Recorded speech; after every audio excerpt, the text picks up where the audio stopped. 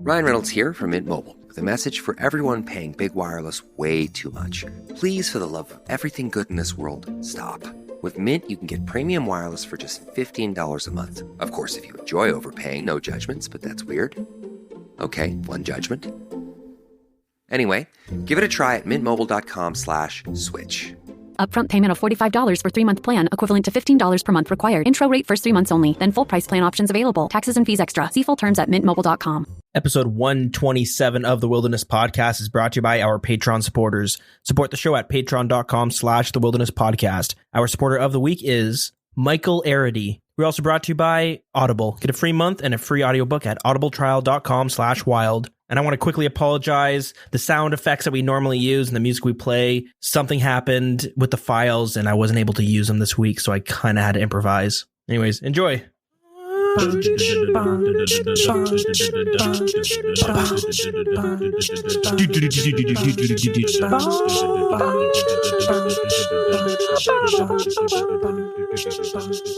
to episode 127 of the Wilderness Podcast. I am Dills, and with me is Deegan. Hey, how's it going?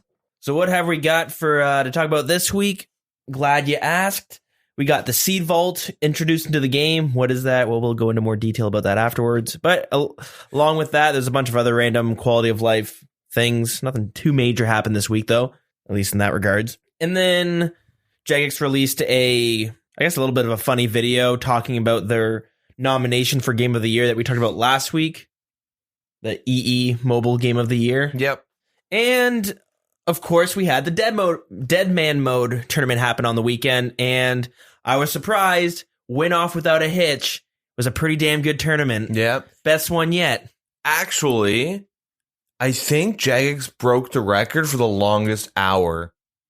The final hour was like 7 hours. Because like they were like top on Twitch. They had like over 400,000 viewers, which I don't even know how that happened.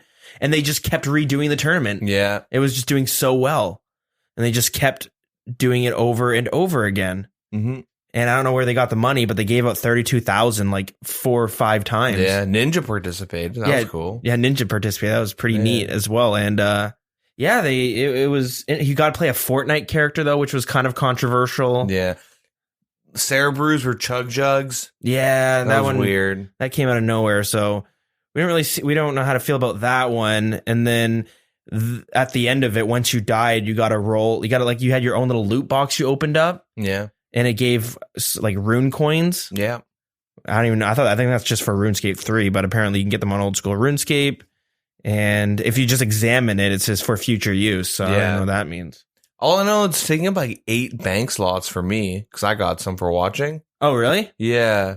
Oh, they don't stack. They're like each one takes up a bank slot. That's you can't even delete them. I heard. I was reading on the subreddit. Nah, you should wait. Can't drop them. I don't know. You have to spend them. But the worst thing is, so apparently someone did some data mining, and you got what 8 coins? You said, yeah. You said, but you need 15 to buy something. Yeah, and the only way to get those extra coins is by purchasing them. But you can only purchase them in 13 coin pack intervals, right? Yeah. So it's kind of weird. Like you'd have to buy 2 packs just to buy something for 15 coins, but then you have an extra like 11 coins afterwards. So a little controversial, but well, why don't you say we get right into what you did this week? Yeah. A lot of work, actually. I think I worked like every day pretty much. Ooh, nice. Yeah. That good old 7-day grind. Yeah. Last like 13 days, I guess I had, or 14 days, I had 1 day off. But I don't mind because I do I like my job, so it's not bad. Not bad. Okay, cool. Yeah. And then I played some RuneScape. And any major advancements in that department? Kind of a bit. Before that though, I got 2 new games this week. Oh boy, here we go. One is every big anime lover is gonna like hate me for butchering yet another name, but Sekiro. Oh, I've heard about this. Shadows Die Twice. Is that what it's called? Yeah. Shadows Die Twice? Yeah. Okay. It's made by From Software, people that did Dark Souls, but it's not Dark Souls. The only similar thing is that the game's hard. Okay.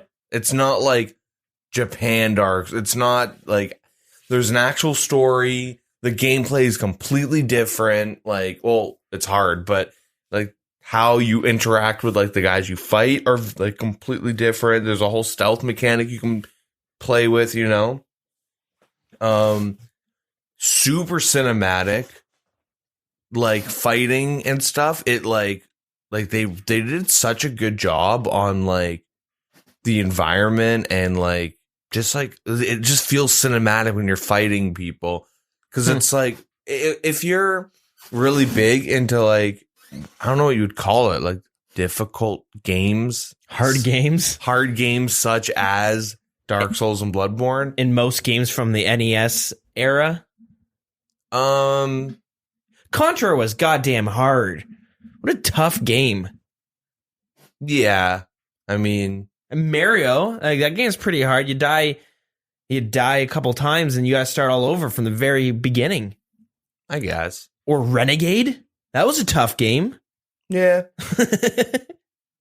I don't even know what genre like the Dark Souls or From Software games are. Dungeon crawler? No. RPG?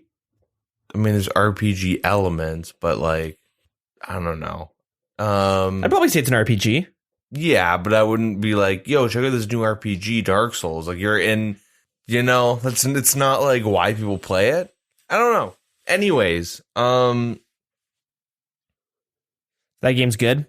Yeah, I'm like really loving it. Yeah. Anyways, whatever. Fun game. And then I got another game called Risk of Rain 2. Oh, okay. So a couple of years ago, when Risk of Rain 1 came out, it was made by two people, like two college dorm mates or something. And it got put on Steam. It's like a roguelike, side-scrolling, like platformer game. Okay. And it was like kind of fun. Like I got it when it came out. It was pretty popular, and like, you know, it's pretty like there's like a speedrunning community behind it and all that stuff. Like, it seems to be a speedrunning community for everything. Except for RuneScape. No, there's the race to get the camo top, camouflage piece. Yeah, well, that's kind of a meme. There's even in RuneScape, I guess it kind of exists where it has like first one off Tutorial Island or first one into the Champions Guild. Did you know if you do Tutorial Island fast enough, you'll get banned? Really? Yeah. Nice. Yeah. So don't be too good. Yeah. Because like, the fastest method is how like the botnets do it. Because there's little tricks, like you can skip the fire making and the wood cutting stuff. You can like fish your shrimp and then use someone else's fire.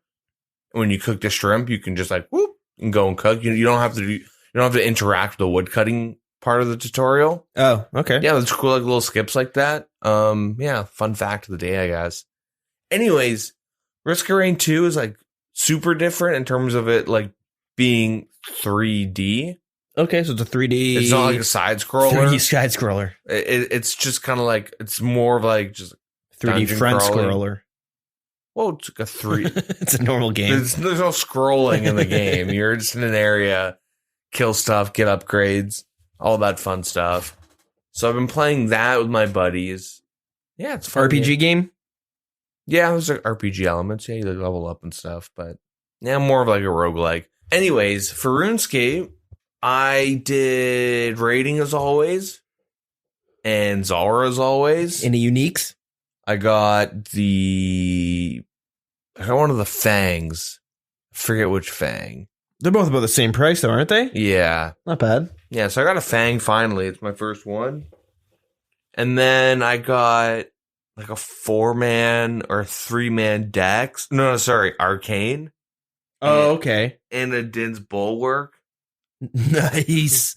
So like solid. Those are like the two lowest rewards you can get, right? Yeah, but and that Arcane, you're the one you're trying to get me to raid with you, but I was not wanting to raid. Yeah, I was telling you we're gonna get night in that raid. I think I was getting into bedtime mode. I was watching YouTube or something. I can't remember. Yeah, and then you're like, we're gonna get one, and you're like, oh, and we got one. And I was like, oh, I missed it on my 700k split. Yeah.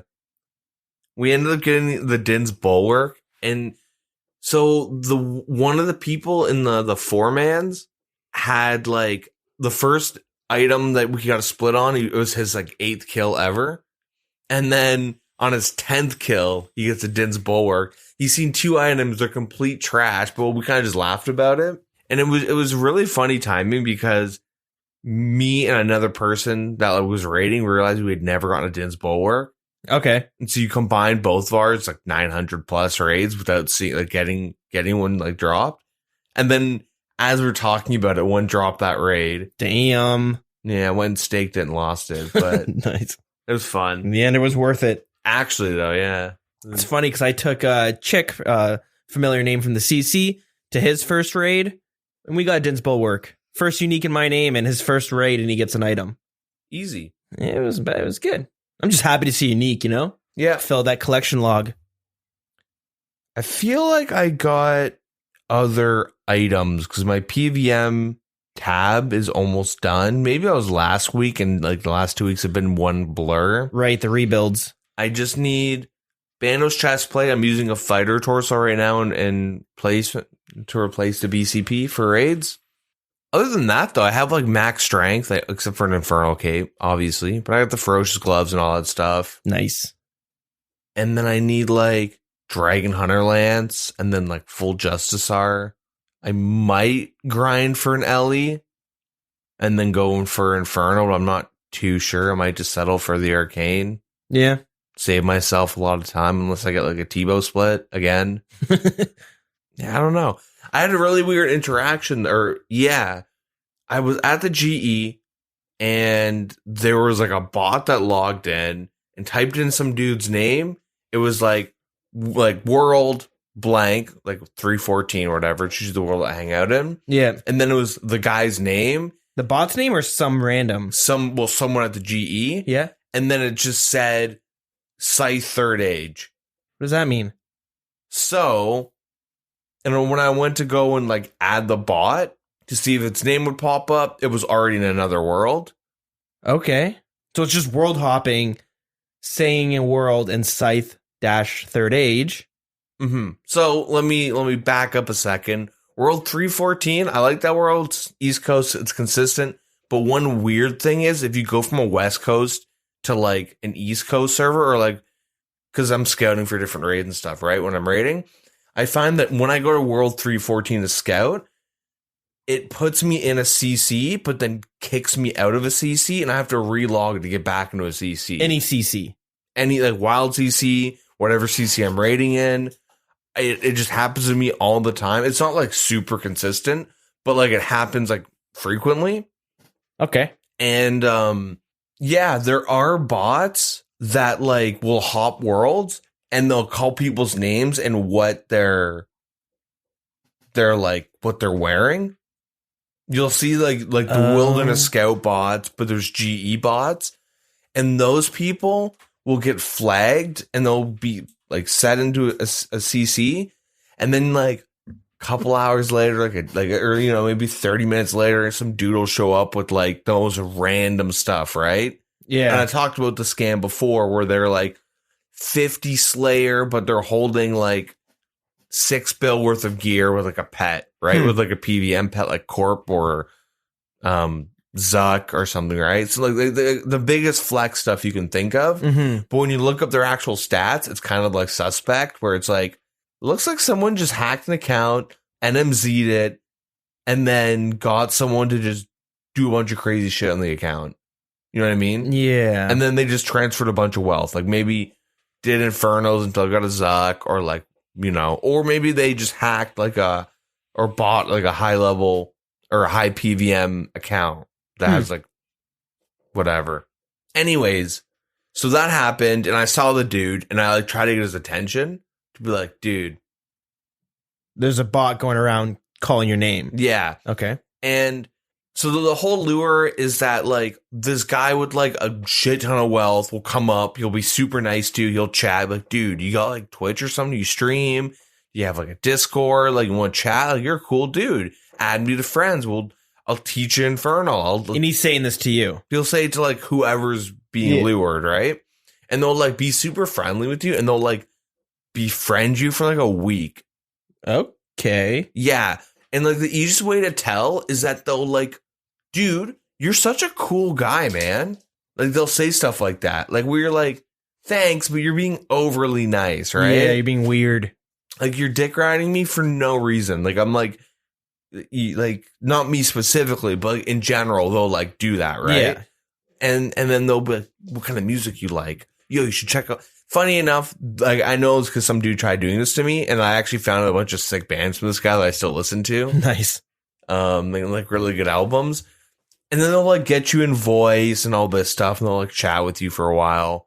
And then like one day they'll be like, dude, do you want to like do an anti-lure? Because this is what I do. And then they say like they'll like walk around in flex gear, and then like some dude will try and lure them, and it's like go to like Rogue's Den, like some really bad like lure, right? Go to Rogue's Den in the high risk world, and bring the amulet of avarice, and then trade it, but then they'll decline it, so you equipped it, and you're skulled. Okay, you're dead. The bank, it's not a safe zone. You know, all this stuff, right? Or they'll tell you to winter talk. It doesn't matter what, but the whole thing is that like they'll tell you what to scam, and then they go, but dude, I have like the best counter scam, and it's ridiculous because they always fall for it. Just make sure you bank everything. I'll send you a screenshot of which square to stand on. Go on like a different world. I'll tell you to log in. They'll drop their stuff as they're killing me, trying to get my stuff. You log in, pick up their stuff. We run, we split. That's the whole scam. And you're like, okay. And so when that was happening to me, that's when I tapped out. I was like, no, I'm not going to, okay. Like scenario one, you're 100% legit and we do like these weird anti-lure scams. Yeah. But I don't want to ever be like tied to that. One, the podcast. Two, it's a shitty thing to do. Yeah. I don't want to like make money through scamming, let alone like the portion of my bank that's from Tebow's being dropped in a raid makes me feel bad. Yeah. You know what I mean? Like I want like my wealth to be as like legitimate as possible. You want to make an honest living. Yeah, I want to be, yeah. It ain't much, but it's honest work, you know, that whole meme. But that's just a saying. It's a meme. Everything's a meme. My buddy was like doing this because he had a Tebow, you know, he's like, what do you do? I just use all the Tebow. But like, so when they did this to him, he was making like 60 mil a day. How? Because like they set him up so he actually makes money with this guy. Oh, so then you can just call it quits and walk away with money. Exactly, right? All right. But what they do is one day you get a call on Discord. The guy's panicking, like, dude, this is fucking crazy. You got to get here right now. Or they'll like ask, what are you doing? It's like killing Zalra. And they know you're like rebuilding with a Tebow or something. They call you in a panic. They get you all worked up to go there right now. You trust the guy because he's giving you so much money. You log in, boom, your skull tricked, or they do something, they get your Tebow. Yeah. That's the whole scam. Happened to my buddy. Sucks. Jeez. You play with fire, you get burnt. Sucks. It's fine. He literally staked for another Tebow. All right, so now bringing it back to this bot. That bot called this guy, right? Yeah. So I was trying to get his attention one day to like let him know. And then the next day I log in to do some hot bank standing, and I see him there, and he's in the same outfit, just bank standing, and I'm like, this guy actually might be one of these lurers. Oh, yeah? So I went and brought, like, all my flex gear out, and I just stood there, and, like, random news would come and ask me questions and stuff. I'm, like, helping them out. I'm like, cool, you know what?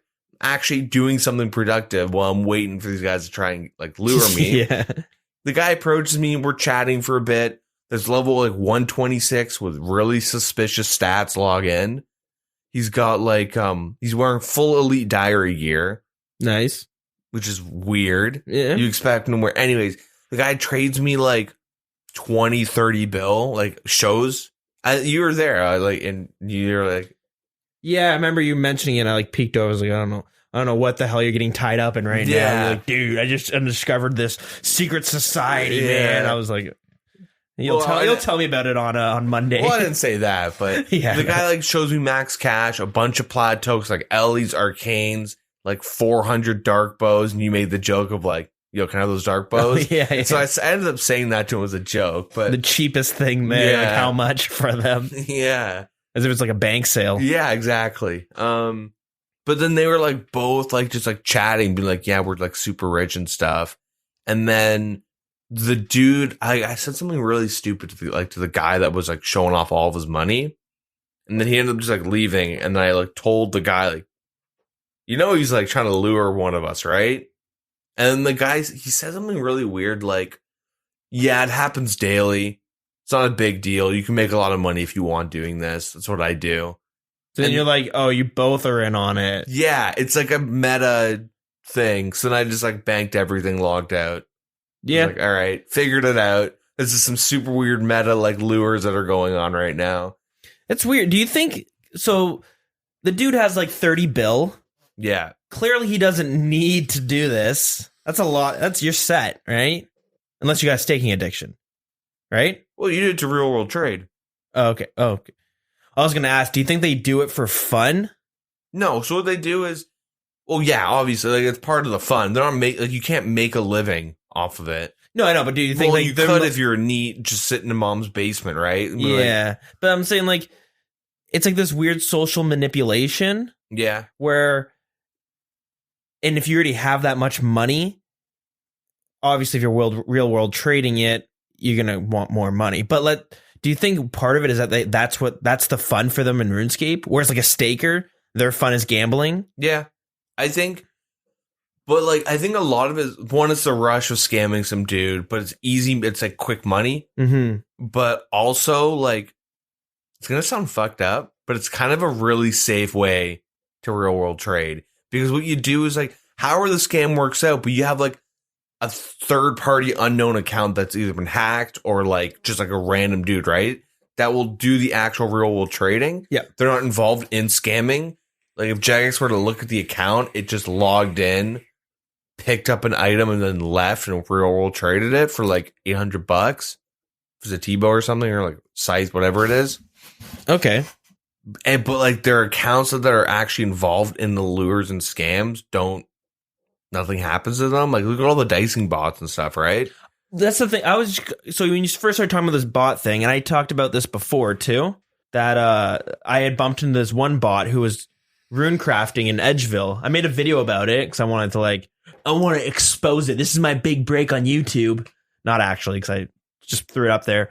But it was this account that was like a pure with 99 strength, and it was rune crafting, but you could tell it was a broken bot because it kept trading me. Yeah. Every like 2 minutes, it would trade me. And then I was sitting there like, not alking, I was like doing something AFK in the Edgeville bank. And I noticed it would do the same pattern on a loop for like half an hour. And the pattern, but it was broken. Mm-hmm. Like it would walk and then it would go to like bank or something and end up trading me. And then it would teleport back to Edgeville and then do the same loop again. So I made a video. You can check it out on YouTube under Dills or whatever.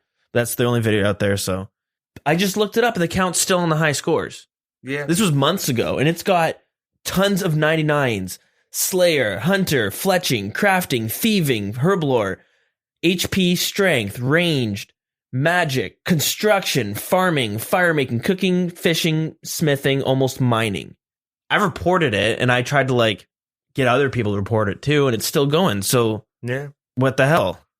I think when it comes to like botting, like I'm pretty sure like the Jagex net is just for like real world trading and gold farmers and stuff like that. Simple like, bots. Yeah, and then it's kind of like think of it as like if you ever play like CS:GO, where like the bots or the hacks, the cheats, whatever you can like find on Google are the ones that will get you banned and detected. Yeah, you have to go on some hidden forum or have someone like personally make it for you. Yeah, okay, that too. Because I know way back when I played MapleStory, a buddy of mine somehow found this weird forum where he was able to download all these different hacks. And he would hack on MapleStory. Yeah. Which is like what a lot of people did. And I remember I would go on this forum just to like look around. But it was like a hard forum to find. Yeah. It wasn't just like a www.onion. MapleStory hacks.onion. Download Tor. It was some weird like website. Yeah. And then even on the website, you would just look at it like, oh, that's fine. But then to get to the forum, it was tricky. And then to get an account on there was also tricky. But I ended up doing it. Don't recall. Oh, I got Counter-Strike hacks from there. It's when I first got, this is when I was really young. And I'm getting hacks for Counter-Strike from that site. And it worked for a while until Rage hack where you just turn on everything. Well, I had an auto aimer, so it like headshot, and I had the op, and then I was standing in this place when I was just like clicking and shooting people, and it just looked like I was good at sniping. But then there was a guy sneaking up behind me with a knife, and I clicked it, and my guy instantly turned around and shot him in the head, and the guy's like, okay, he's hacking. And I was like, damn it. Nah. Caught. Funny enough, our cousin, He loves hacking. but he finds good hacks, which is scary. Yeah, Because he's not much of a, I mean, he games, but he's a Fortnite gamer. he's a Chad. Yeah, and not like, He's not like he games, but like he's very like bro-y. oh yeah, I was gonna say that. Yeah, he plays like Fortnite and stuff. Yeah. He plays like the Whatever's trending games, Minecraft, Fortnite. Apex Legends probably now. Yeah, But and he always cheats in those, but yeah. I remember watching him, and he's playing. He plays servers where it's like hacker versus hacker, and it's all about who has better hacks. yeah, he does like really weird stuff like that. But he should, when I was asking him about it, because like, I mean, if you're like, why are you gonna just play games and hack the whole time, right? I mean, he was like really bad at them. No offense to him. Well, kind of. 'Cause he cheats, so fuck him. But he showed me like the forum that he like got into, and like only 50 people had the hacks. Huh. I forget what it was called, but you had to know someone to get in. Right, because he used to say he would try to sell referrals. Yeah. That's some multi-level marketing. Yeah, and won't go into that, but There's more to that story. yeah, that's for another day. That's for like a really short episode. There's really nothing going on. Yeah. I don't know how we got, because it's probably something similar to RuneScape, where like you go to like some sketchy Discord where there's like one guy, you pay him like big bones, and now you got like, well, not literal big bones, but a lot of money. Yeah. Slang. You don't give him like, you don't kill hill giants and pay him in hill giants. But The cheapest hacks in the market. But I'm assuming like that guy is probably involved in that specific character. Oh, the scammers and the bots. Yeah. It's possible. Anyways, I don't know how we got on that tangent. What'd you do this week? What did I do this week? Lots of rune crafting. So I'm on that elite grind. Although this is the first time where I've had this like really big grind ahead of me, and I haven't tapped out like within a week. Yeah. So I'm still going on it, and I'm focusing on my thieving because I need to get that to 90. I'm pretty sure, and I gotta get 91 rune crafting. So really, I've been just kind of focusing on those two things, and then the odd PVM and raid activity when I need a break. Yeah. But for the most part, just been hammering away on those. And this week was a lot of rune crafting. So I'm at 80 thieving. Yeah. Which is nice. No, 81 thieving. And yeah, I just took a break and found myself rune crafting. I don't know what level I was last week, but I'm at 88 now. Like 85 or 86, I think. Okay, so I grew like 4 levels, which is a lot. Like yesterday, I had 87 rune crafting. I had the whole day off. I mean, there's real life things I could have and probably should have done, but I was like, I haven't had a day off like this in a long time where there's no work, no school assignments, nothing. Mm-hmm. And I'm like, I'm just gonna rune craft. I was like 25% into level 87. I was like, I want to get 88 tonight, so I'm just gonna focus on that. And then I was playing RimWorld on the side. Like 8 hours I spent rune crafting. Yeah, but how are you doing it though? It's super AFK. Like I was getting like 20k experience an hour. Yeah. But I was like, holy. And then it's one of those you watch Parks and Recreation, right? Yep. You know the one where Ben, it's like season 4, he doesn't have a job, Mm-hmm. and he decides to make stop motion. Yep. So he spends like a month doing stop motion, then he goes to show whoever it is, Leslie or something, and he plays the video, and it's like a 7-second long video, and he's like, has like a breakdown. He was like, I spent like this whole month working on this, and that's all. I thought I had way more than that. That's kind of how I felt yesterday, where I'm like, it's like 10 o'clock at night. I'm like, woo, level up. Oh my God, I only gained 150k experience today. Yeah. Is it 77 to 91? It's like over 200 hours at Blood Runes.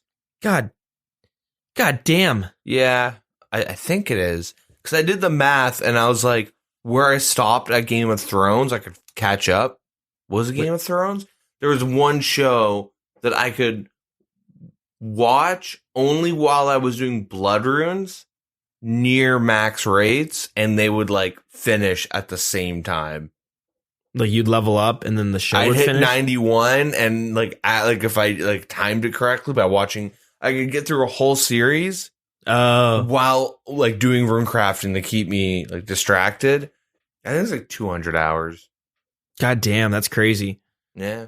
If things continue to progress to how they have been, I'm hoping to have 90 by next episode, and I'll spend the week getting 91. So 2 weeks to get 91. That's 3 levels. Damn it. God damn it. I mean, that being said, I have made like 35,000 blood runes.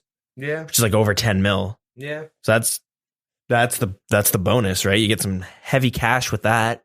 But yeah, now I'm trying to find like new games because I have 82 to 96 fishing to get. Why don't you do 91 and then boost? I might, because I might burn out by then, but it's still 82 to 91. And how are you gonna fish? Monkfish? I don't know. Why don't you do barbarian? I like money. I like looking at the bank. Even though monkfish is nothing. Agility experience though. Yeah, that's the thing. Well, I'm thinking if I'm able to do all these grinds, agility shouldn't be a problem at this point. I should be able to condition myself to do agility after this. I guess. Because I started at 82 rune crafting when I embarked on this journey. Mm-hmm. 9 levels in that, which is brutal. 91 smithing, 90 thieving. What's another big grind I'm going to have? 90 herblore. That's not too bad. Herblore, like, I did 78 to 90 herblore in like a day. You did like 16,000 potions or something, didn't you? Yeah, it was 13 hours straight. It was fun. Jeez. It was amazing. I've never had so much fun in RuneScape in my life. It was like South Park, like the World of Warcraft episode. Yeah. And it's like, I did it. Now I can start raiding again. Now we can play the game. Yeah. Yeah, it's brutal. But, I mean, on the plus side with rune crafting and doing blood runes, you get some crafting and mining experience. Yeah. So going from 82 to 88 right now, I've grown a level and a half. I've gone from level 82 to 83, so I should be 84, if not more. Mining? Yeah, I need to get 85. So I was like, it's free experience, not bad. Yeah. Well, with the mining, you can just drag and pickaxe back. Yeah, I know, but I like ideally I'm gonna want to max one day. So I just want to get these skills up for the diaries, and then I'm that much closer, right? Yeah. Like 91 to 99 rune crafting is brutal, but you're already at 91. It doesn't seem as bad, right? You're like really counting down the days. Well, getting 97 to 98 in any level or any skill is like so demotivating. Yeah, because you're like one more level to go. You're not even there yet. But then like 90 to 99, you're like, this is the last level. Yeah. And you're like motivated, like, this isn't too bad. All right, it might take me 2 days, but it's not bad. Yeah, because every 100K experience, you're just like, never going to have to do this again. Yeah. It's that much closer to the goal. Yeah. So yeah, I agree there that 97 to 98 is the worst grind of levels. Yeah. I mean, yeah, if you just chip away at it, you'll get it eventually. But like whenever, like when I was doing like 82 to like 91 fishing or whatever, I did barbarian fishing like with the heavy rod. Yeah. And I really I get bored just kind of AFK and dropping. So Yeah. what I do is I brought like an herb sack, a big stack of tar, and in my herb sack was a bunch of like grimy guams and stuff like that. And then a pestle motor. If I ever got like really bored of it, I would just like 3-tick for like 20 minutes.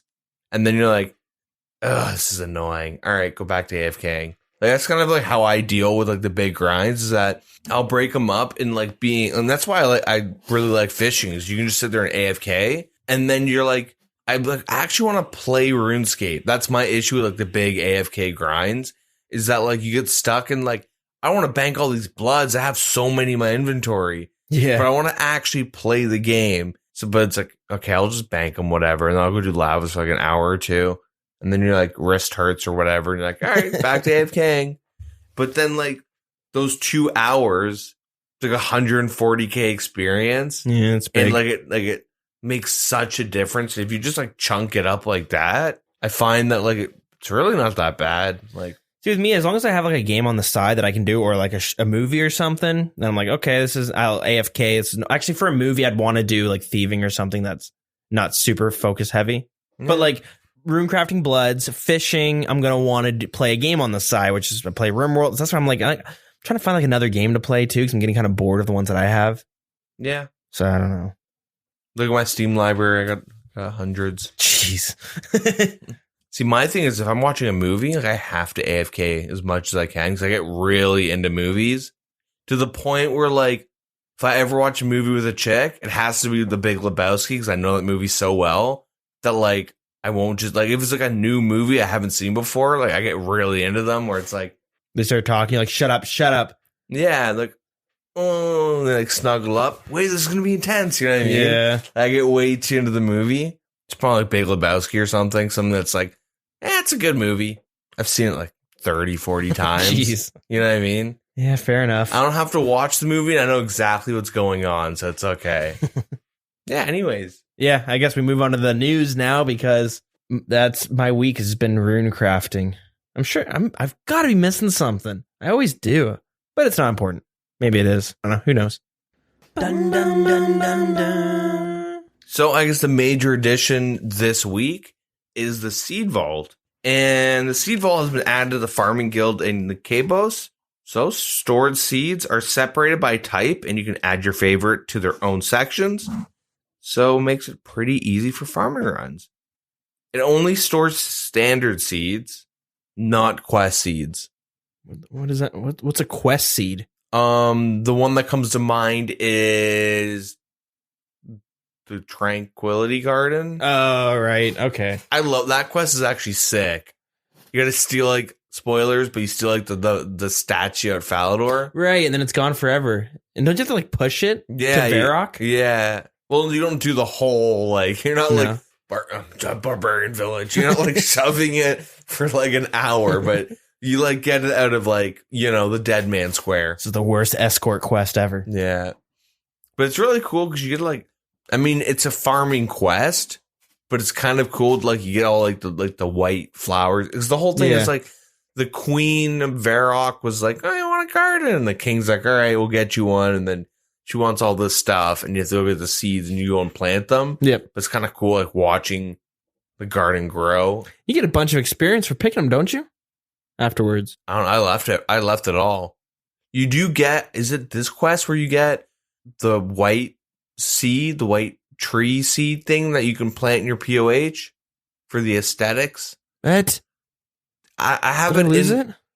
I forget. I could be wrong. I have a random quest item. I think it's from that, either that or another quest that I think you can put in your POH, but I don't know. It's not the Augustus sapling, is it?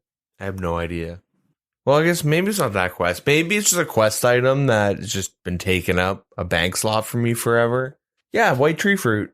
Yeah, but this is grown in the actual Varrock Palace Garden. You can pick it every 5 minutes, and these white tree fruit give you 5 to 10% run energy. Oh, maybe that's it? Huh, maybe I've just been wasting a whole bank slot this whole time. I don't know, it's cool. I'll keep it in there for the memories. But anyways, so yeah, you can store any seed as long as it's not a quest-related seed or quest seed, I guess. And that shall free up a lot of your bank space. It's pretty neat. I always welcome this stuff. The only thing I wish... So RuneScape 3 does this, and I kind of wish old school RuneScape had it. Because we're always limited on bank space, especially when they keep adding new items to the game. Mm-hmm. I wish with these vaults, same with the player-owned house, your costume chest or whatever it is, we can put like full mystic in and all that sort of equipment. I wish you could, like in the bank tab, you could open that up and pull stuff out and put them in. So I think you can't do that just due to how the game's limited. But RuneScape 3 allows it. It has a different game engine though. So like the reason why we have such little bank space is because if they add more, you'll lag. Yeah. Okay. Yeah. And that's why they have like all these weird like hidey hole stuff for like quests or clue scrolls, and it's just like I don't see myself using the seed slot unless I'm really low on space. Otherwise, it's just kind of a pain in the ass to have to go to the farming guild whenever I want to take out seeds. Yeah, like I don't know. But hey, it's here, and Modmaz worked really hard on it. It was like his personal project he did. Mm-hmm. It was started by Mod Monroe, but they left, and Mod Maz adopted this baby because he loved it and turned it into this. And most of it was done in his own time. Yeah, it was his TAP project. Yeah, there is like make all interface introduced with it. It's really cool. If you care about like his thoughts on the whole update, it is on like the update section. Yeah, on the website. Yeah. I mean, I guess we won't really go into it because it's just him saying how great he is at programming, and it was. He talks about some of the hurdles he had to overcome, which is so it says like because it's kind of interesting, but from a technical perspective, the project wasn't difficult. The worst part was making the dragging and dropping work correctly. Anyways, if you're interested in that stuff, go check it out. So moving on, we have Google login on Android devices. So players on Android devices can now log into Old School with their Google account via a new button on the login screen. And a new account will automatically be created if you haven't previously linked your account to play RuneScape. Yeah, so if you made your account without, you can link your account to your Google account. So when you're on Android, it's a simpler click. Yeah. If you want to do that. Hey, you should probably do that. Set up some unique passwords on both your Gmail and your RuneScape account. Get a 2-step on both of them. You're set. Well, you're set until you're not. Yeah, but pretty much, yeah. And then the BAFTA nomination EE Mobile Game of the Year. We talked about this last week. Yep. We made a little skit. I actually kind of enjoyed it. I thought it was funny. Yep, the polls have closed, though.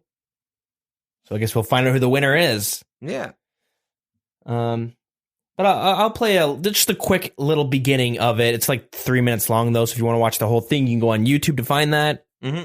So here it is.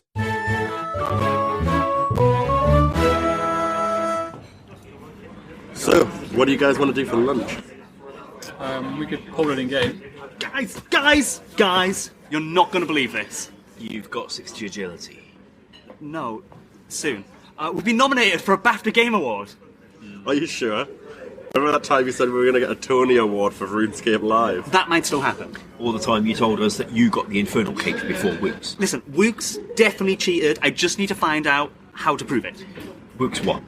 Anyway, are you sure we've been nominated for a BAFTA? They must have noticed that Old School RuneScape isn't a Battle Royale game, right? And we don't have an angry main character with a big bushy godlike beard and a Wild West setting, right? That's all true, but no, honestly, look, see? But anyways, when we did talk about the other games that were nominated, like Brawl Stars, we hadn't really heard of before. Yep. Kind of went and decided to check it out. And it's made by Supercell, the same people who make Clash of Clans, Clash Royale, Boom Beach. Is that the other one? They're all the same. Yeah. This one's more like a MOBA. Mm-hmm. So you have like a champion or like a character that you have to fight against. I actually had a lot of fun this week playing it. But the problem is I kind of really blew through the lower ranks. Mm-hmm. I guess because you're probably playing against kids or people who don't play MOBAs that often. I used to play a lot of League of Legends and stuff, so I kind of have the basics down. And I would do pretty well, and I was having a lot of fun. But here's the issue: it's very pay to win. Yeah. So you have your characters and stuff, and you can pay real life money to you can also acquire it in game, but it's a lot slower. If you want to be competitive, you have to put money into it because you can pay money to unlock upgrades for each champion so they get stronger. Mm-hmm. So I literally will get to a point where I'm playing whatever character and then I'm in a higher ranking now. And I'm facing the people who are spending real life money. They'll have the same character, but he'll do like almost 2 times as much damage as I do. So I don't stand a chance, right? Yeah. So that's where I'm like, oh, this is where it stops becoming fun. Mm-hmm. Which sucks because I was having a lot of fun up until that part. So what you're saying is vote for old school. Oh, hell yeah. It's not pay to win yet. It's not pay to win. Yeah.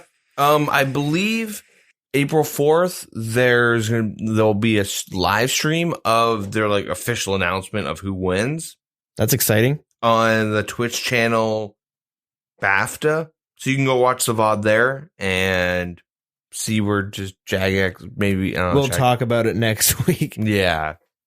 Even though if they don't win, they're not going to post anything. You're just going to be like a year down the road. Whatever happened to that EE game of the year? They're going to actually just like erase all mentions of BAFTA and like scrub everything. Just shit We're talking. gonna just have like, yeah, and so Jagex was dumb.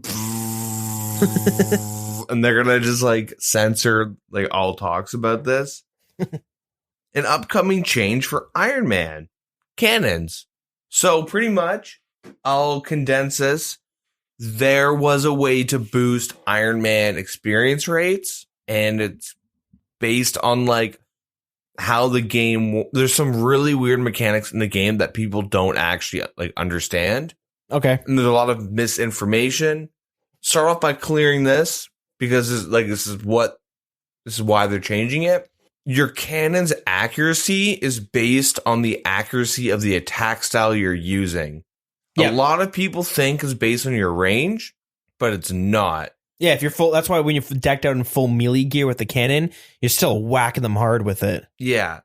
And like if you're an obby mauler and you're like training Slayer with a cannon, you want to have an obby maul equipped because that crush bonus like makes a huge difference. Mm-hmm. But it also works in the opposite way. So you could wear like a Berserker necklace, Farseer helm, and like flowers. Yep.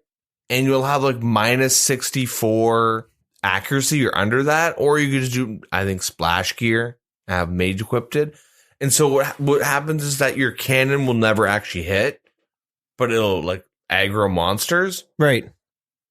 So what people do is they get an alt account to wear as much negative bonus gear as possible, cannon stuff, and then have an Iron Man like barrage or something, right? Yeah.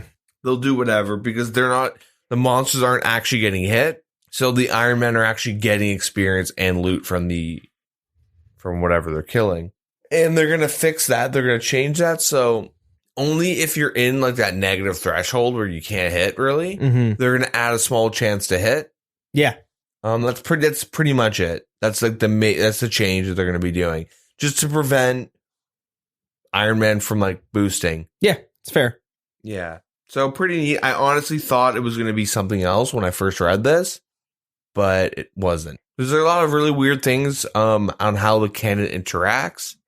So if you're really interested on like how to break RuneScape and like really weird interactions with this game, there's a YouTuber I really recommend. His name's Rendy, Rendi, and he actually has a series called like hardcore, like potato only hardcore Iron Man. Okay, I'm familiar with that. Yeah. But the whole aspect, it's like, well, that's here specifically. He like does like Monkey Madness 1 with 10 HP, no prayer. But like, it's not like him just running around doing it. He has alts and he has friends helping him. But he's known for having some of like the greatest or like most like difficult achievements, lowest level fire cape, maybe inferno cape. And it's weird because like people say Wooks is like kind of like PVM god, but it's like Rendy's like the mechanic. He's like under the hood. He like knows how the game like works. Yeah. And he knows like a lot of really cool like bugs and like exploits. And he always will like report it to Jack. Well, always in quotes, but like when he talks about whatever, he's already reported it. Like he found out how to get like 60k attack experience per hour using a ranged weapon and 1 strength. And it got patched like last month. Salamanders? No, it was by completing King's Ransom, but not by doing the thing that gets you piety. You know when you do that King's round royale, like when you're fighting, there's a way you can set up.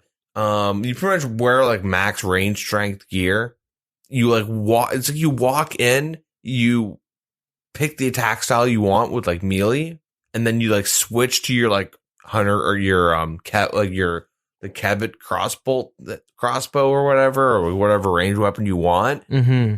And then it works as if it's a melee weapon, but it's based off your range strength. It's super weird. Like the guy, his YouTube channel is really cool because he's got like some weird stuff like that. I'm gonna have to check it out because that's pretty interesting. Yeah. He showcased a lot of cool things. The cannons, like you can freeze your cannon with interface stalling, and interface stalling is like clicking a prayer you don't have unlocked. Yeah. Opening up a skill menu. People do that when they're poisoned on like a hardcore Iron Man. Yeah. Then they'll do that to regen health and all that stuff. He does a lot of cool things. He showcases like fake logging out. You can have the game think you log out, which lets you interact in weird ways.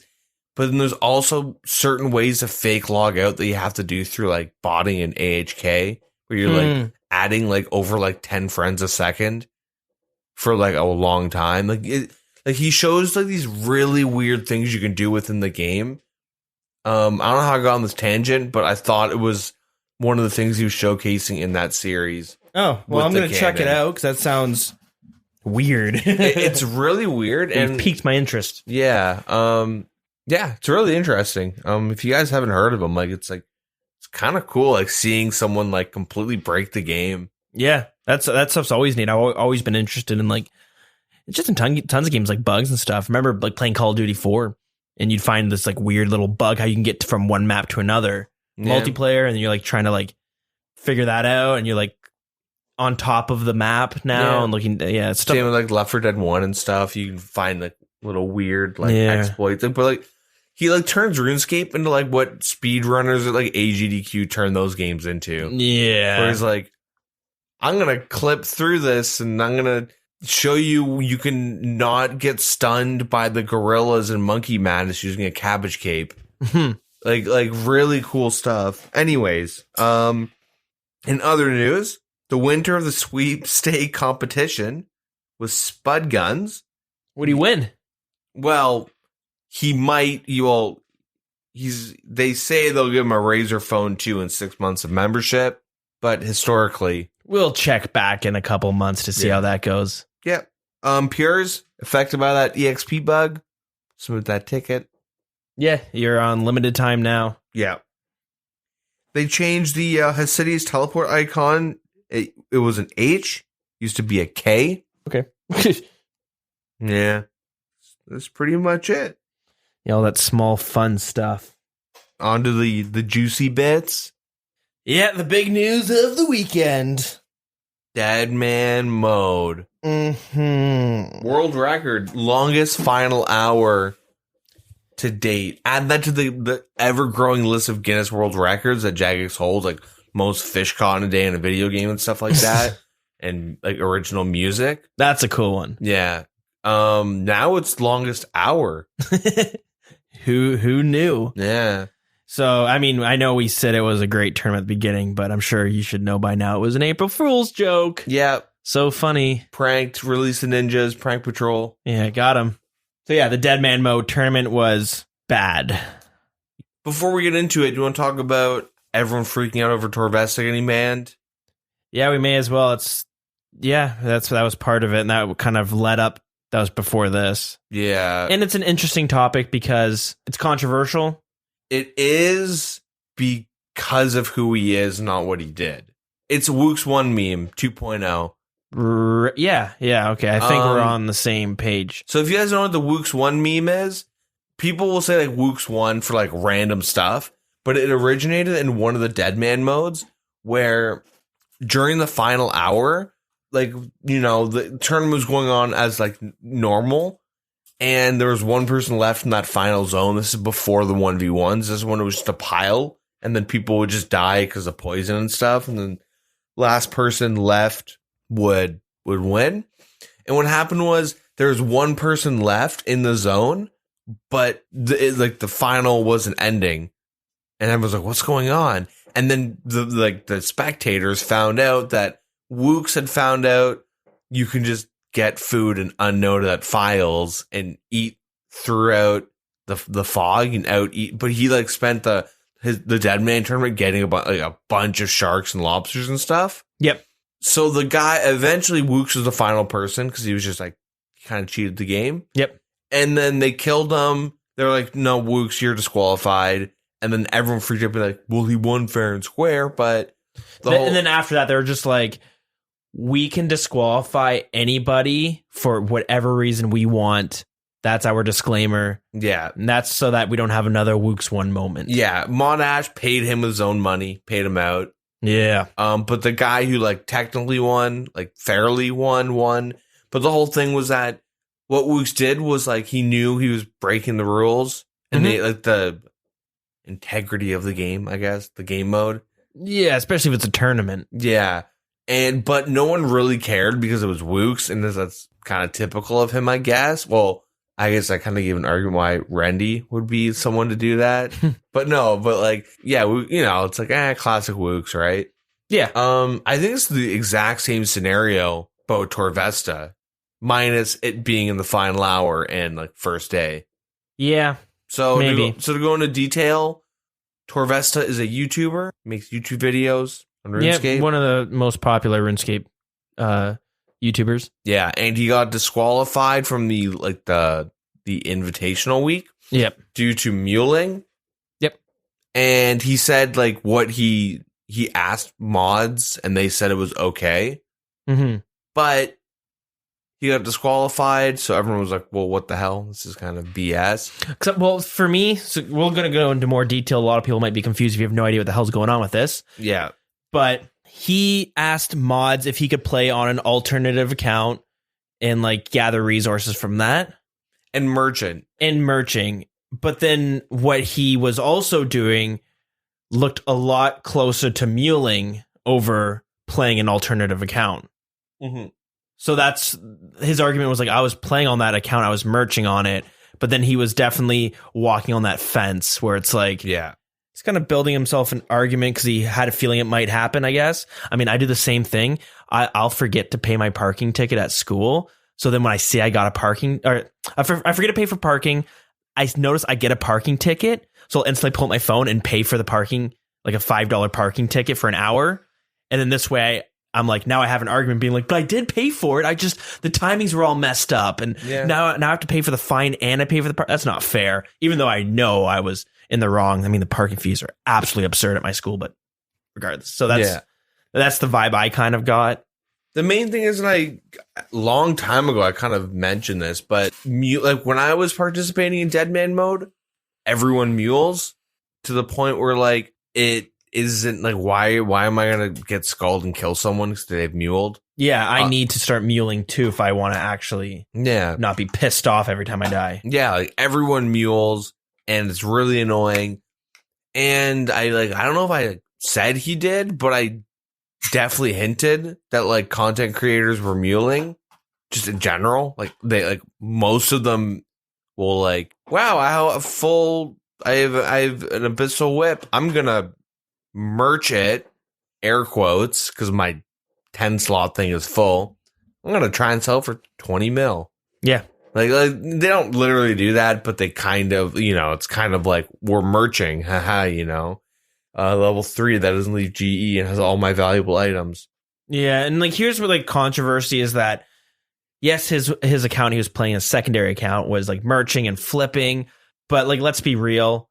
That account's there for when he dies, he can go back and re-gear from his account that's merching. Yeah. So he's not losing all of his gear. He's losing some of it, but he has way more gear on the other account. Yeah. So in the past, like he has like used alt accounts and other content creators do. And the main argument is like, we should be allowed to because we're solo players and clans just, they win. We're doing the same thing a clan's doing, but we're just one person. Yeah. Which is where it gets controversial because I totally get where if you die in a clan, you'll have clan members who will help you out. But I think the difference is that those are different. Those are all different people playing the game. It's a weird gray area. It's weird, but like, because I do agree, it's kind of the opposite though. The best players in a clan will focus on leveling and getting like the quest unlocks and all that.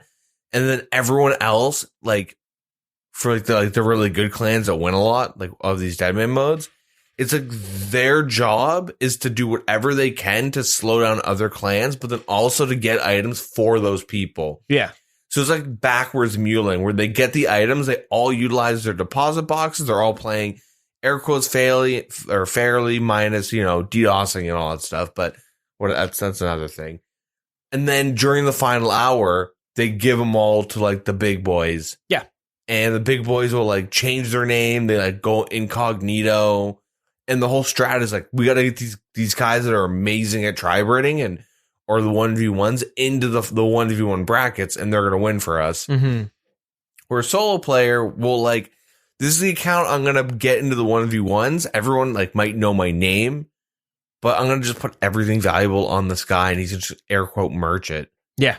And that's what Torvesta had to have been doing to get flagged. If he was just straight up merching, he wouldn't have been banned. Yeah. Because the merch account would have been buying stuff and putting it on to Torvesta. The merch account would have got banned, right? Yeah. If he truly wasn't muling in any way, the other account would have been banned way before because, yeah. So I think it's obvious to say, but there are definitely a lot of other people muling that didn't get caught. Oh, yeah, for sure. He, was probably made as an example. It's like, the whole streamer favoritism meme. It's kind of the opposite, the other side of it, where like, yeah, you're our favoritism in a sense that you're going to be under, people are watching. I think a lot of it is that he kept skirting the boundaries every Deadman mode. Cause like, if you go watch, cause he like that, the weeks of the Invitational, he does produce like really good content. Yeah. Of like a day by day, like there's a lot of good YouTubers, but like, if you just like look at his bank, every season, it's kind of more and more sus, like a little more suspect, like where he has most of his stuff and he's like utilizing the deposit boxes properly. And then you're like, he's going to go PKing, but he doesn't have that much in his bank for some reason. Well, what happened to all of this stuff in his bank? It's kind of been cleaned out. You know what I mean? Mm-hmm. So, I mean, don't get me wrong. I enjoy watching Torvesta's content. It did suck that I couldn't watch any of his progress throughout the week. Yeah, because he does. I would say he's the only YouTuber that I watch who participates in Deadman mode. Yeah, and he doesn't like. I mean, I watch like Mika, but he whines a little. He whines more than I do. Let's just say that, and that's bad. So that being said, I was unhappy to see him banned, but when I'm like looking at it, I'm like, I understand why he would be banned. Yeah. But I also get why people are upset because they just like, well, fuck, I want to watch him. Who am I going to watch now? Yeah. Like most YouTubers don't, most popular RuneScape YouTubers don't do it. Like Bodhi didn't do anything this week. No. He went bowling. Bowling during the tournament, I'm pretty sure. Yeah, and he probably finished. Yeah. He probably like had a couple rounds when got food. Like he probably had a good night while everyone else sat there for 7.5 hours. Yeah, so we talked about the whole controversy with Torvesta, but that was nothing compared to this tournament. I would say this is undeniably the worst tournament we've had. Yeah, like because the thing is, you could like from watching it live, I would definitely say it was the worst experience watching it live. Real talk, I tapped out at like the 7 hour. I started watching the pre-show, and then at some point I'm like, okay, lots of issues happened, and then I moved it to a second monitor, and then I muted it and just had the video going while I was listening to music, playing a game, and then I was chatting with my buddies, having YouTube up, playing it, you know what I mean? And then eventually I'm just like, I don't care. I'm going to close this. And if you watch like the highlights or when things were actually going down, it's an enjoyable tournament to watch. That being said, you're watching it live, you're going to bed soon while the tournament's still going. Yeah. So it started, and again, we had Ian Spam. Pure Spam, sorry, but his name's Ian. And then we had, wow, I'm drawing blanks today. The other shoutcaster. Was Sween up there? No, it was Pure Spam, Ian, and then the new guy that they had recently brought, the clan guy. Revan? Yeah, Revan. Revan. Okay, so those two were shoutcasting it. Then they had Mod Aiza there as well. Sorry, ex-Mod Aiza. Yeah. Little slip up. Now Aiza TV. And then they had Archie. Yeah. Who was kind of like the getting interviews and stuff. Like he's filling in a lot of dead space when it lot of dead space.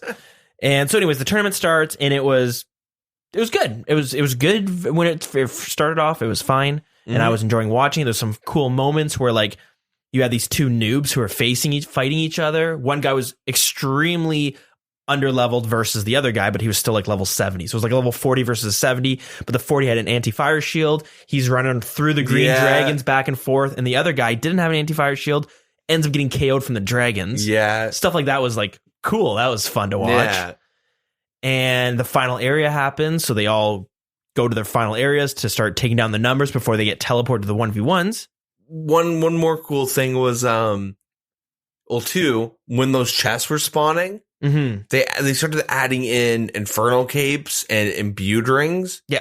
So you can't just like trade them. Yeah, that's right. And I thought that was a really neat idea. I mean, they always had infernal capes, but they had like Archer and Seers imbued for one of the chests. Yeah, one chest you got 2 rings. Yeah. So you got to choose. And because what the strat is that like the scouts are like runners for certain clans, but tag them and run. Yeah. And one of them, like northeast of Corp or something, grabbed it and like ran like all the way down to Edgeville and was just being chased forever. Yeah. And then there was a bunch of moments like he got away and then he eventually didn't, but yeah, like jukes and stuff. And then there was another one where the one guy got a chest. They were all attacking him. He gets like entangled or something, ends up running, but they make the new mistake where if you get a freeze on someone, you want to run where they want to go. Yeah. And they didn't, and then they got killed by the gas, and the dude like ran away. Like that was pretty cool. The moments like that are very fun to watch, and they had a lot of those during the beginning. Yeah, and like clans catching each other off guard, random, just like boom. They do like the little thing where they watch each other, a little skirmish, and then like one of them just like pulls a switch and just clears the other clan. So there were some pretty good moments, and then you go to the final area where you have to start taking down the numbers before everyone gets teleported to the 1v1 area. Yeah. Well, when they get teleported, everyone just gets one hit from gas. Yeah, so what happened was the people in Falador had they hit the like 128 number before the people at the demonic ruins, and so they got teleported in, and like they just got all hit for like the gas wasn't cleared in that area, and they died. Yep, and they got kicked out. Yeah, they died. And when you die and get kicked out, your account gets reset. Yeah. So that happened. And then I guess the other team, get the numbers down lower. And well, the other team didn't get teleported in yet. They paused the tournament. But they didn't pause it right away. They waited a bit before it got paused. Well, once they figured out there was the issue, then they paused it. Well, the thing is they saw the issue happen, but didn't acknowledge it for like 10 minutes. No, I'm pretty sure they did it like super quickly.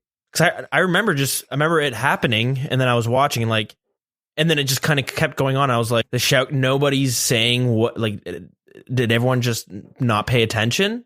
I remember I was thinking, like, how has no one acknowledged that this bug happened? And then it finally did. Where they're like, we're going to put this thing on pause for a minute.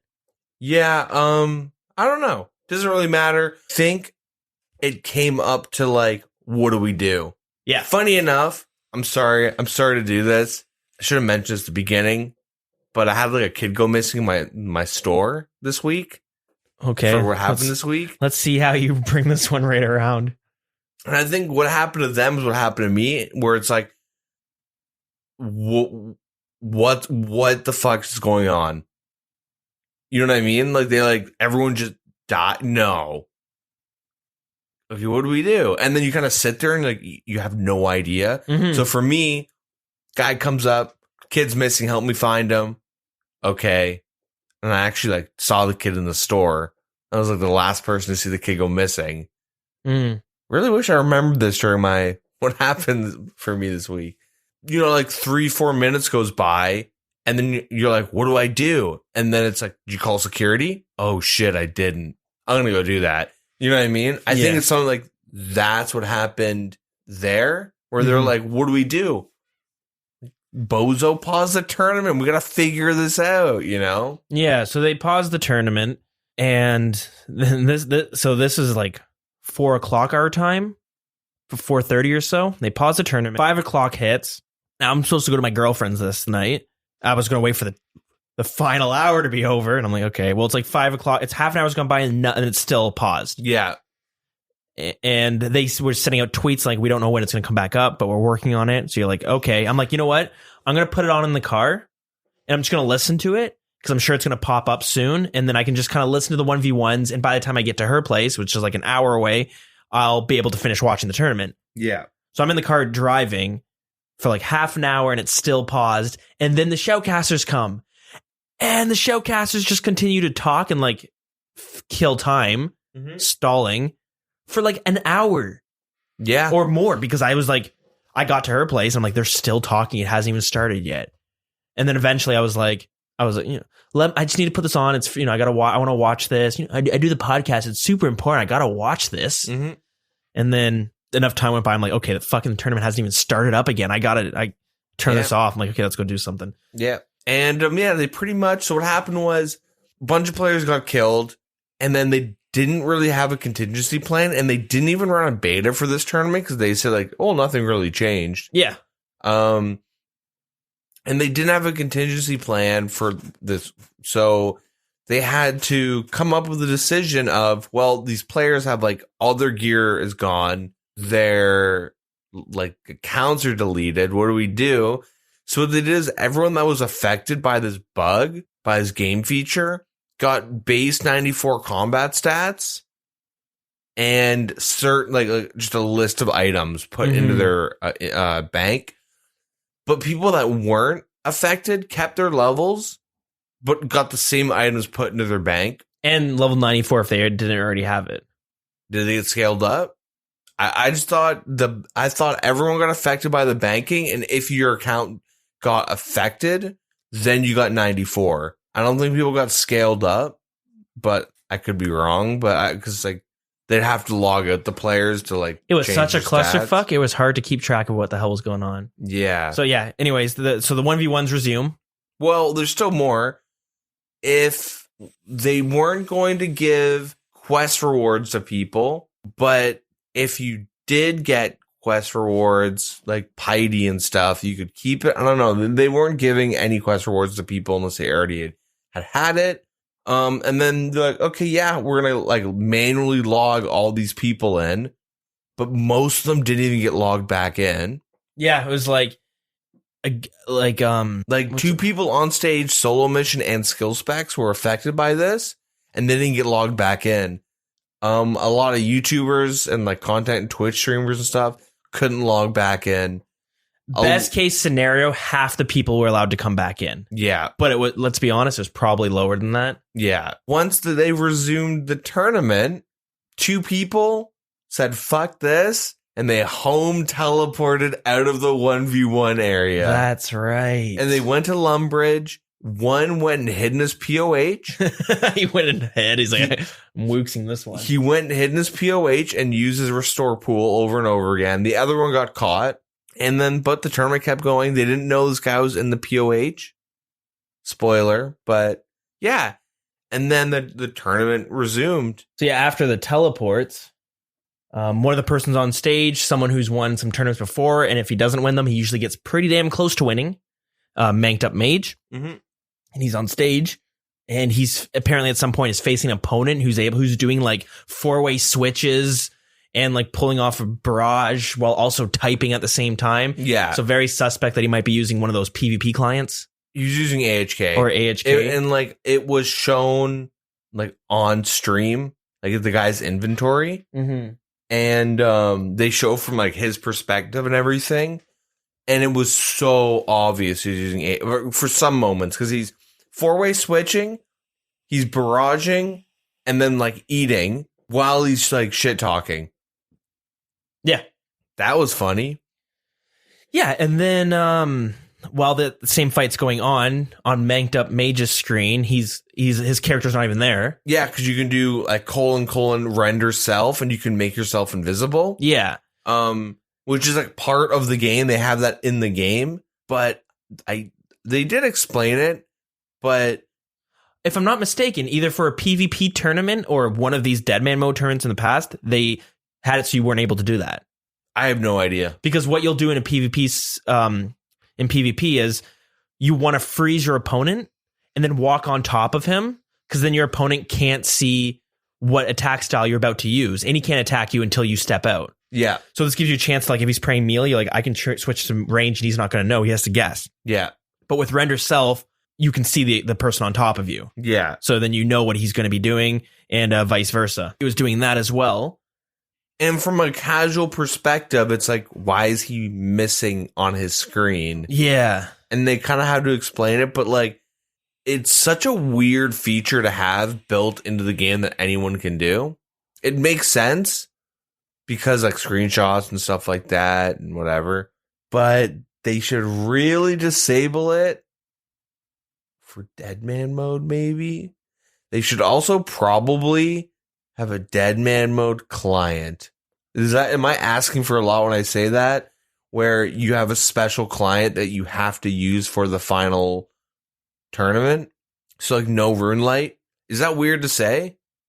Like, do you think that should be like a thing where they have should. like a tournament client that you have to log into, and then you can't, like, then maybe it can properly detect like AHK and stuff. AHK, but PvP clients, bots, because like the typical bots are like, they have special clients, right? Mm-hmm. You're not going to load up Rune Light and then have like Epic Fish Buddy 2.0 or whatever WoW's fishing bot was. Yeah. But like, yeah, little bit of a side thing, but they should probably look into that if they're going to continue Deadman mode and PvP based tournaments. Like, have like it would not be a bad idea. Competitive client As the story continues. Yep. There's more. So at this part of the fight, some players have been logged in for quite some time, and players started getting 6 hour logged. Yep. So they just started disappearing, because after 6 hours, if you don't know, your character just gets kicked out. You have to log back in. Mm-hmm. And you can be in the middle of a fight. Yeah, no matter what. Yeah, it's to prevent like splashing and stuff like that for like going to bed. Like, at least, you know. Well, that splashing thing is like a 3 hour thing, because the 6 hour log's always been in. So when you're doing the Guthans thing, I think it's just the way the engine is. 6 hours, you just get kicked, because you can world hop and stuff, and that counts as logging out. Yeah. But like, that's the whole thing with Guthans and NMZ, is that you would set your guy up and you would get 6 hours of experience while you're gone. Anyways, he gets 6 hour logged. So then the Jagex starts telling people, okay, you know what? Log out and log back in, or you're going to get 6 hour logged. So they had to tell people to do that. So they had to pause the tournament and do that. Now let's fast forward to the semifinals. Wait. We skipped over one thing. Oh, geez. Going back to the boy who snuck off to the POH. If you watch the stream, you'll see 17 players remaining. And they had to like pause and find the guy that home tallied out, and he's been at his POH. I missed that. I got to go back and watch that. I think they just showcasters talk for 20 more minutes while we look for this guy. I bet you it's like J-Mods are literally in game running around, teleporting and stuff. And they're like, where is he?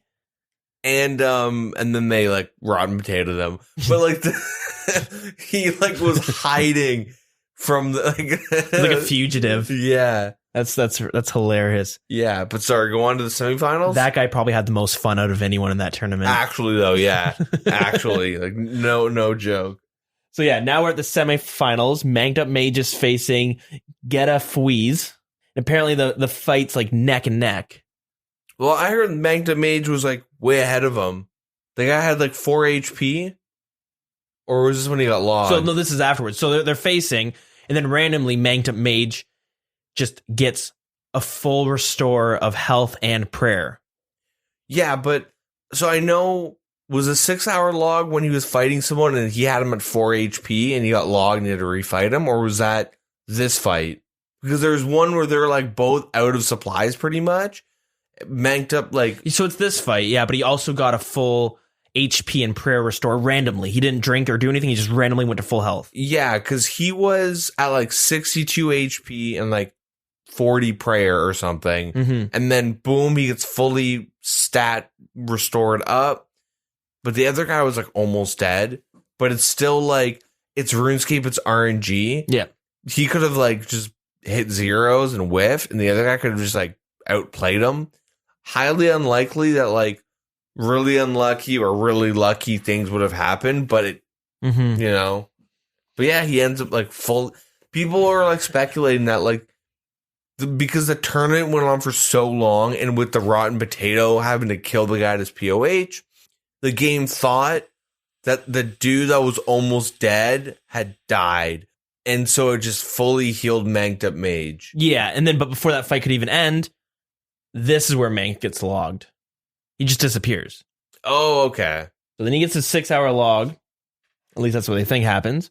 So stream gets stalled while they try to figure out what the hell happened. And they decide to do a rematch. Manked Up wins, so he goes on to the finals. And then in that final, Manked ends up losing, and the winner is a Fools member named EO Mary. So congratulations for winning. Congratulations for being able to sit through this, because this was like an 8-hour long event. You know how many like Adderalls they had to be popping? Yeah, and you're already going on no sleep that week. Yeah. So you're really hoping this final hour is a final hour. Yeah. Honestly, these guys have to be abusing some sort of amphetamine.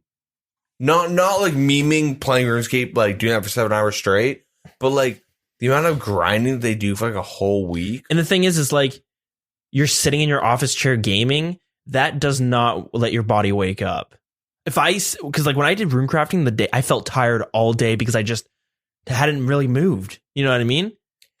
Like I can get not much sleep and be at work. I'll be tired, but like I'm doing active things, so I'm like awake. Whereas like in front of a computer, like I have to take a nap. See, I'm weird. Like I'm the opposite, where like my body can be tired, obviously, but like I need to like wake my brain up. Like before work, I have to like literally I go to work early so I can read. And I need to stimulate my brain, because it's just like if I don't, like I'm just like done for the day. Yeah. Or like I used to like play some RuneScape and stuff before I headed out to work, but you know, moderation meme. You know, don't want to start my day off killing Zulrah, but like, which I literally have done a lot. But yeah, like depending on like who these people are, like it's just like like 20-hour grinds. Like it's hard. I'll get like 5 to 6 hours of sleep a couple days in a row, and I'm pooched. Like today, I haven't been getting much sleep, but I'm still getting 6 hours, 5 hours, but I'm just exhausted. It's been like 4 days in a row when that happened. So I can't imagine getting 3 to 4 hours, right, of sleep. And on top of that, like I'm going to school and I'm like walking around, which definitely helps you stay awake and stay not tired. Yeah. Whereas like sitting in front of a computer for me, prey flicking. Yeah. Slayer tasks. That's the majority of like what these big boys do, is they do Slayer and they prey flick for like 20 hours straight. And they do some questing. But. Yeah. But anyway, so that was our retelling of the event. Jagex also has their own, so we'll go into that too. But before I do that, though, afterwards, Moderachi went and was like, what happened to some of the players on stage and skill specs? Kind of called out Jagex. Yeah, it was pretty funny. Jagex them. So I'm going to play that now. All right, skill specs, another unfortunate story for this Dead Man tournament. What happened? I got Jagexed. To be fair with you, Chris, so yeah, pretty tilted. I mean, no, like fourth time now. Yeah. No, when I first spoke to you at the start, I said to you I'm confident, best stats I've had yet. And then I'd rather die to a D spear than the old servers. But it is what it is. You know, it's always next time. We really appreciate your skill specs, honestly. So yeah, a little funny clip there. Anyways, I guess we'll quickly do Jagex's retelling of the events. Yep. So first, they issue an apology, of course. Then they messed up, and these are the issues they found. So 8:38 p.m. GMT. This is the first issue we talked about with the Fowler final area, people being teleported to the 1v1 areas. And then dying because of the gas. Yep. They weren't marked correctly, and the 1v1 areas are uniquely marked so that the game knows where fog should be, but majority were not uniquely marked as they should have been. So assumed that the players in those areas were somewhere they shouldn't have been and instantly killed them. Yeah, it says 93 players were killed. Yep. So they paused, and this pause can be manually activated, but it also automatically triggers if 50 or more people log off at once. Because of the deaths in a 1v1 and the subsequent logouts, the tournament was automatically paused. 54 had logged out. 39 could be logged out, but the tournament was automatically paused, leaving those players in Fowler jail. And I'm assuming those are the people that got let back in. Right, it makes sense. That's what sounds right. They were not able to return at 9:30. So an hour after this happened. Yeah. They were not able to return players who were logged out to play, but we made a decision to try and afford the players left in the jail an opportunity. They gave them with stats and items to compete. Then they went to the 1v1 area to be joined with other players in the final.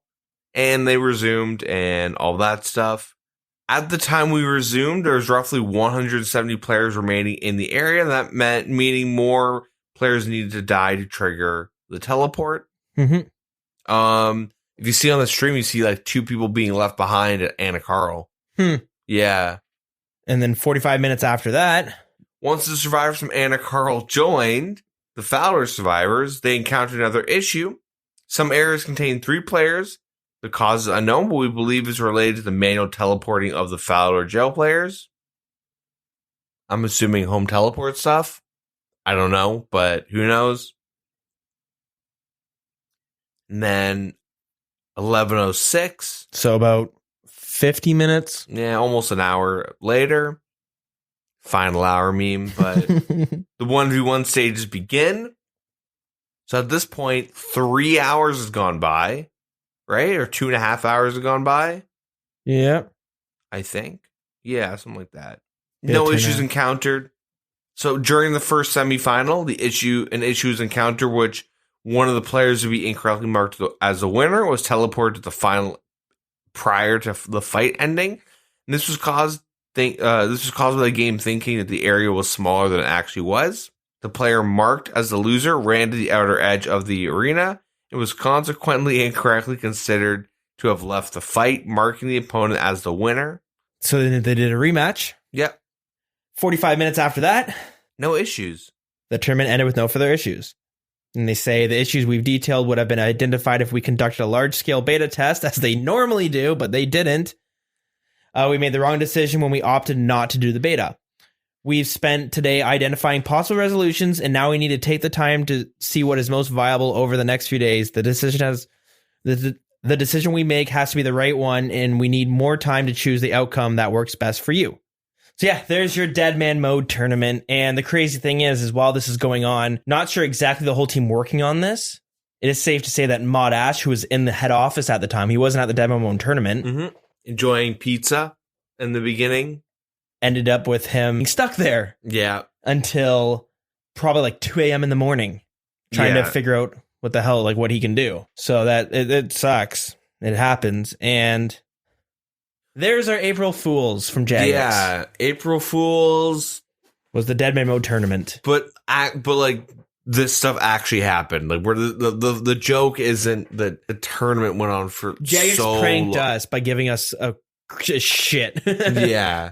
They apologize as always. I feel like Jagex is like abusive. They just like, I'm sorry, please don't go. Yeah. I'll do better next time, I promise. Yeah, we identified our issues. We're working on them. Look, restructured. Said that last time. Yeah.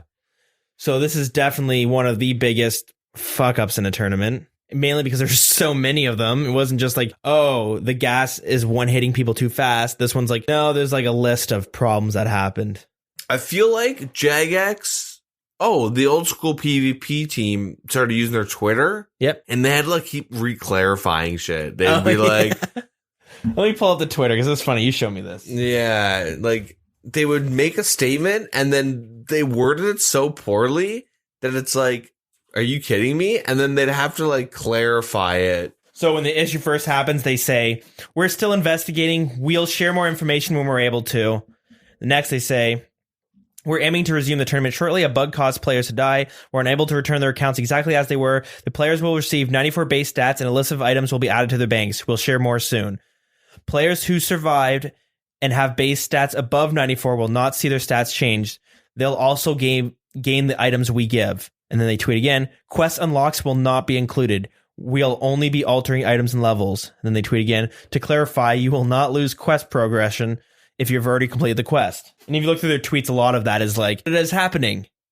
To clarify, we mean this, not this. And when I say this is what we mean this. So, like, some of the issues that they mentioned, like the final 1v1 area being the game, like, the way it was coded, was that the area itself was bigger than what the game was, so running to the edge, counted as, like... basically something a beta would have picked up on. Or, like, is it mean to say, but, like, a competent developer would have double-checked? Maybe. Like, shouldn't you know how big an area is to, like... I don't know. It could be a small mistake where they just hit the 1 instead of the 2. I don't know. I'm assuming they had to place the actual coordinates down. It's not like... I don't know. It feels like a lot of the little mistakes are like, if you're working as like a game developer, you probably shouldn't be making. But I could be completely wrong because I don't know much about game development, Dunning-Kruger type thing. But like a lot of really easily avoidable issues. And I'm starting to think that like Deadman mode as a concept is too big. It's too broad. It's too big of a task. It is a big task, right? I think it's like, it's too much for Jagex to do. Which is rough because the last few tournaments were pretty good. Like the controversy were like DDoSing from clans, which is like, that's not really on Jagex's end. Yeah. So, yeah, there's the Deadman Mode tournament. You watch the highlights and it will be enjoyable to watch, but if you watch the actual tournament, it was grueling. Yeah. Like, I tapped out after like hours. I tapped out after... I don't know, a long time. Yeah. I was just like, yeah. So that's, and the thing is like, we decided to record today, which is April Fool's Day, because I'm like, oh, Jagex always does something for April Fools. Instead, they came out with this dev blog, which was like, they did nothing, right? Yeah. So it's just like, I don't know. It's a weird year. So the 7th year. Yeah, it's the year 7. Here's the start of it. No, but like in all seriousness though, like if they want this like Deadman mode to really be a thing, and they did tease beforehand that like they have a really big project that's bigger than Deadman mode coming up. I'm not even kidding. Oh Jesus. We talked about that. They teased it. Do it. Yeah, maybe. Fix all the issues here. Do an in-house test. Even if you like set up your own botnet and fill it up with bots and have them run around and like do something to make sure, like actually QA test, because they don't QA test quests really. We QA test them. Yeah. Watch Rendy where he like shows you how you can lose a pet forever doing Death to Dorgashan. Throwing his name out there a lot. But like he like, you know what I mean? There's a lot of really obscure bugs in the game, but then also game breaking stuff that happens in this game mode. But then it's also like, I really feel like if they want to make this way more legit, they need a tournament client, but they can't really make one because they don't have the they can't make their own client. Their own client crashes all the time. I just don't use it. Nobody uses it. It doesn't work that well. Like it will like just hard crash a lot, and that's why people are using third parties. So yeah, it was a bit of a shit show. Really, that was the news of the week, right? Yeah. So fun stuff. So I thought I should wrap that up before we head into teleporting back in time. Yeah, this is normally where we would go back and talk about what updates happened 10 years ago. Nothing happened this week either, so we will revisit it next week, which means we will hop right into lore of the week.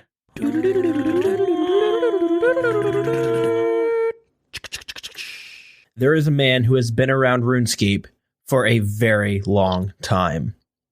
Some of the most biggest events that happened on Gielinor, he was there to witness it. And quite often, he changed the events himself. Many of his stories are of legends, passed down through generations, found written in books, but there are very little actual accounts from a first-person perspective.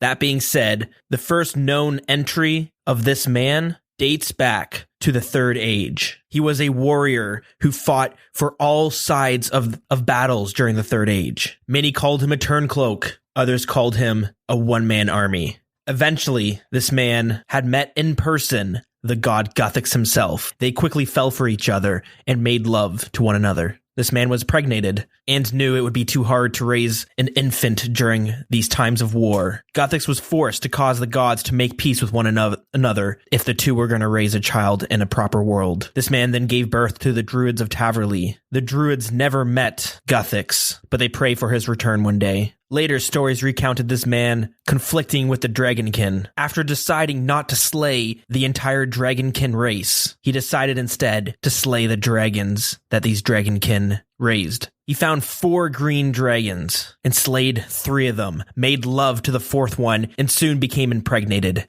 3 days later, this man gave birth to General Grardor. Unsatisfied with his work, he decided to retreat and go to the city of Lumbridge. In Lumbridge, he learned he could create a portal that could teleport others from one area into Lumbridge himself. He then created this island, which he used as a machine that would spit out cute noobs into the world of Gielinor. Once completion, this man sat outside the gates of Lumbridge and watched as the machine spit out hundreds and hundreds of thousands of cute noobs. He then tinkered with the machine, and instead of spitting out just cute noobs, it would also spit out robots that looked identical to the cute noobs, but would soon destroy the economy, causing a drought within the game, within RuneScape, within the world of Gielinor. Bored of his work, he decided to go off and manipulate some of the laws within RuneScape. He removed the ability from people to fight each other, which many didn't think was even possible, but he went ahead and did it anyways. And he also prevented people from trading each other. Riots began in Falador,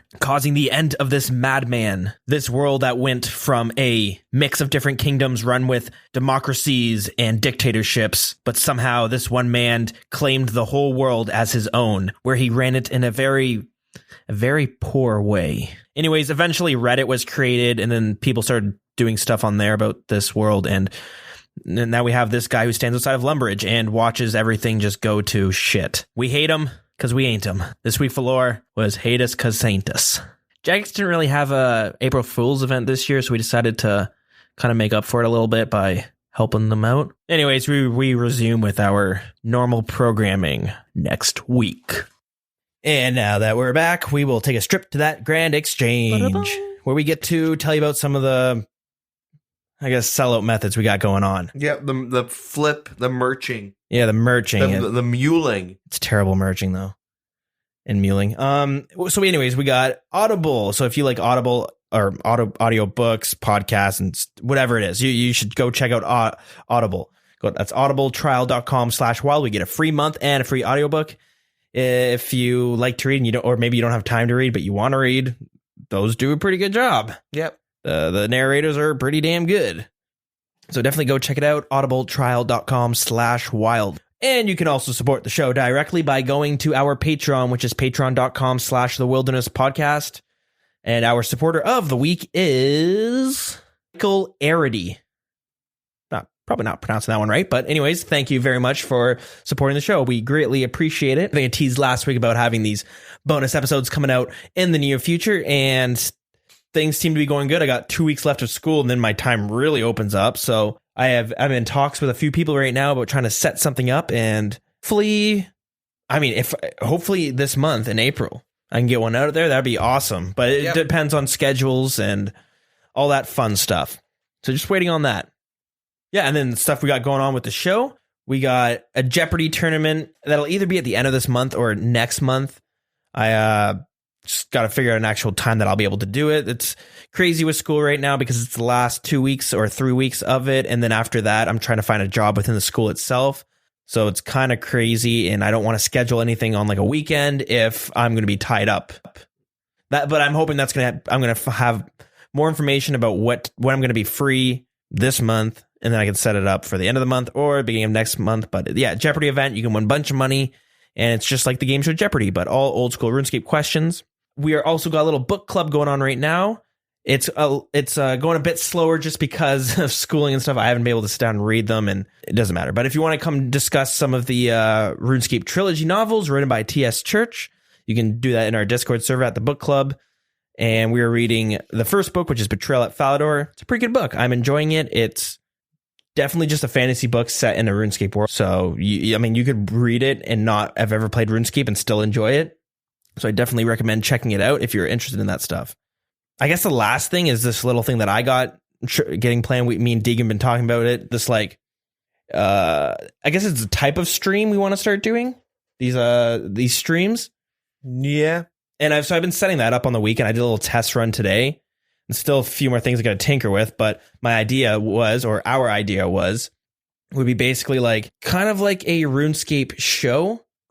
So the idea was basically your typical morning radio show meets like a podcast. Like it's an in-between of both of those. Mm-hmm. So it's a RuneScape stream, but it's going to be less focused on this is what I'm doing in game and more focused on just talking about RuneScape, listening to some chill music, but then also having people come on and talk with us on Discord, but like having a one-on-one conversation for like 10, 15 minutes, however long, just talking about RuneScape stuff, and then bringing other people in instead as well, like swapping them out. Yeah. So it's kind of like a like a community-based like talk show where we could set topics for the day if we want to. Yeah. That is a possibility always, but also the main focus is like relax, start your day or end your night depending where you are, but come in, chat, discuss. Yeah, it's supposed to be like a mix of a podcast of like this here and like a morning show where they just kind of talk about like topical things going on wherever it is, and then taking in callers and stuff. So that seems like it'd be fun, and I want to. I got to figure out a schedule, but I would like to do it sometime in the morning, a couple times a week. Deegan would probably take other times, so I've been tweaking with that. So that's interested. If you're interested in that, and then keep your eyes and ears out. But I'm thinking this week I might actually sit down and figure out what schedule would actually work consistently up until the summer, at least until school's done. And yeah, if you want to come hang out with us in game, you can go to WildCC. Our email is thewildernesspodcast@gmail.com. Our Facebook is facebook.com/thewildernesspodcast. And our Twitter is @thewildernesRS. We also have a Discord. You can join that through Twitter or Facebook, or you can bug one of us instead. We'll get you a link to come hang out there. And Deegan, you got your stuff? Twitch, Twitter, DeeganRS. And I was testing out these streams on my Twitch, which is The Dills, so twitch.tv/The Dills. And yeah, that basically wraps it up. A quick little shout out to Raw Arrow this week because he hooked me up with a bond, which I am going to be using for the Jeopardy event because along with like him as well as Bale O'Hay, who gave me 100 mil to have for events. Yeah. And we've used 25 mil. All of it. No, there's we still got a big chunk left, which is what I'm going to use for the Jeopardy thing. Yeah. Funny enough, Raw also gave me a bond a bit ago. It was intended for the raid event. Right. But due to certain circumstances, it wasn't appropriate to give one away. Fair enough. I still in my bank. I still don't know what I'm going to do with it. Obviously I'm going to give it to someone, but we could tack onto one of your giveaways, or maybe the radio show once we start that up. Yeah. Sure. I'm still trying to figure out what to do with it. So yeah, a double shout out to him because he's giving us some bonds every now and again to give away. To give back. Yeah, that's awfully nice of him. And yeah, so now brings us to our song of the week. So playing off from last week's song, this one's going to be Magic, Magic, Magic. It's the music track that is unlocked during the Tower of Life quest and composed by Adam Bond. Yep. The creator of Old School Bonds. Mm-hmm. Yep. Brother to James Bond. Yep. So that's pretty cool. Mm-hmm. Yeah, this song is a happier version of last week's songs, which was Creature Cruelty. One of my personal favorites.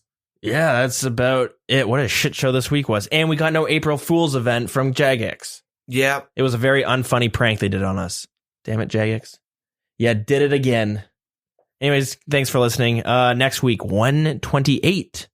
Yeah. Damn. Yeah, take care, everybody. Yeah, have a good one.